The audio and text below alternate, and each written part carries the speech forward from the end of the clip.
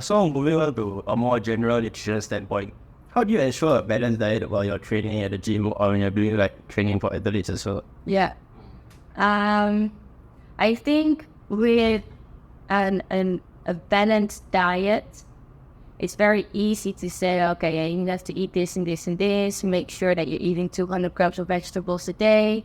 If you look at your plate, I always would recommend on an intense training day that your plate contains 50% of carbs and 25% of protein and 25% of vegetables. And that's basically with your lunch and your dinner.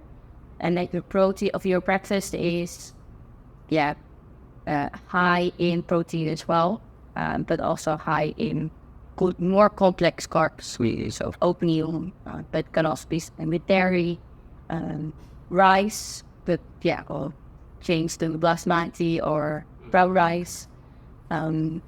So in terms of everything needs to be on that plate. So what I always try to say, okay, you have to see it as a checklist.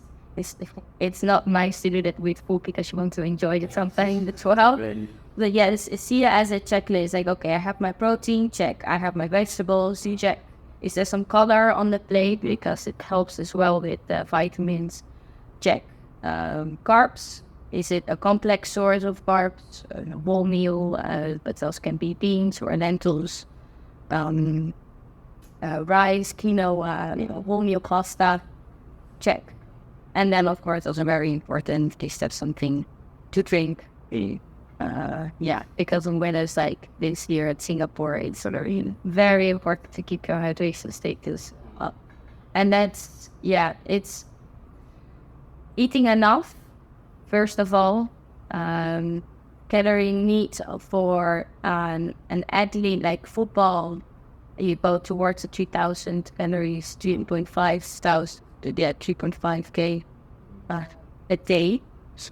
That's quite a lot, which is pretty easy to reach if you go to the KFC or what is it? Exactly. But we also have to realize that the calories that you put in, the quality of the calories is very important. And if you go to junk food places, the nutrient, the amount of nutrients in a meal is very low. So I call these the empty calories. They don't do anything. They just feed you, but they don't do any good to your body. If you go to the gym, I would say 2,500 calories. If you include a lot of cardio work, and on the cardio days, you eat a little bit more carbs. And on the recovery days, if you don't go to the gym, you eat a little bit more protein because you want that recovery on running. And then instead of 4 times a day, 25 grams, you maybe eat 5 times a day, starting with at least with every meal a source of protein. So a summary is you eat nutrient-dense foods, but then you also split your protein intake into different meals throughout the day. So instead of being more concentrated, it's more spread out. So that body can help with it. Yeah. But one other thing is because normal people who go about nutrition, they'll be just using the calories in, calories out, or TDEE, right? Yeah. Things like that actually work, because I know there's two schools of thought. One saying that TDEE or calories in, calories out is not so much as useful as improving the metabolism of your body itself. Yep. Yeah, I think both have a true side of the story. However, if you just go back to the basics in how it works, whether I want to lose weight or gain weight, it is very simple as calories in versus calories out. It is that if you want to lose weight and your calorie needs are 2,000 calories and you gotta eat 1,500 calories, even though it's with unhealthy foods, you will still lose weight because that's just how the human body works. However, what happens on the inside and whether you become healthier, that's another side of the story. Because if you eat fast food and even though you are in a caloric deficit, that's like a fatty liver, a higher cholesterol, you're not consuming fiber, so also your gut health goes down. And the gut is a very important organ because that's where all the exchange of vitamins and minerals happens. If your gut is not healthy, your body is also simply not healthy. And also there's a lot of research now in terms of when you have not a healthy gut, mood swings, depression.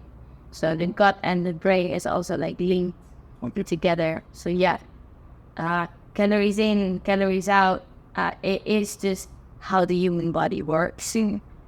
But are you going to feed yourself with unhealthy nutrients and calories if you can also consume less, but then fit it in with useful calories and nutrients and vitamins that your body actually loses weight from or gains weight from, but also stays healthy.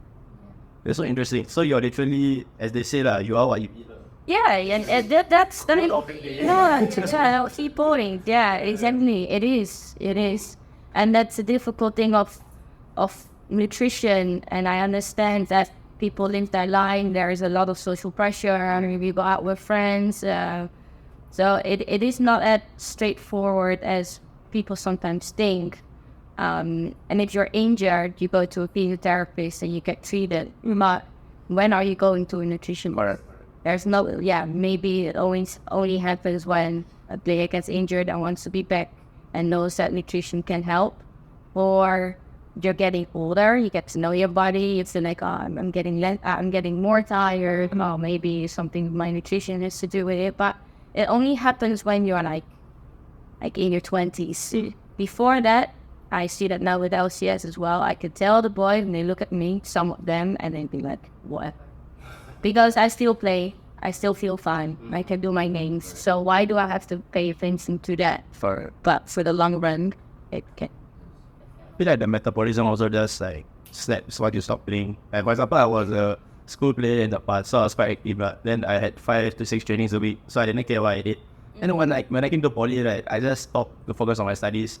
So in these 3 years, I gained around 10 kg because I did not watch my diet at all. So I think it's a very easy explainable. You see the same happening with professional football players. The moment they stop playing, they all become this. If they don't pay attention to it. And first of all, the first reason why this often happens is that your muscle mass goes down, and the more muscle mass you have, the higher your metabolism is. So that's one thing. So your metabolism goes down, but also often your energy expenditure goes down because you're less active. But most of the time you keep eating the same. So your energy intake is up and your energy output, so your expenditure goes down. So then it's like calories surplus. Exactly. Yeah, that's what happens. Any more question? No, I think that's all we have for today. Okay. Thank you so much, Denise, for joining us today. You guys are really so blessed to have a nutritionist with us to be answer all your burning nutrition questions. So with that, we come to the end. Next week, get ready for some financial advice with a certified financial assistant, advisor. Yeah. Let's give a round of applause for Denise. Thank you. You guys, see you next week. Bye.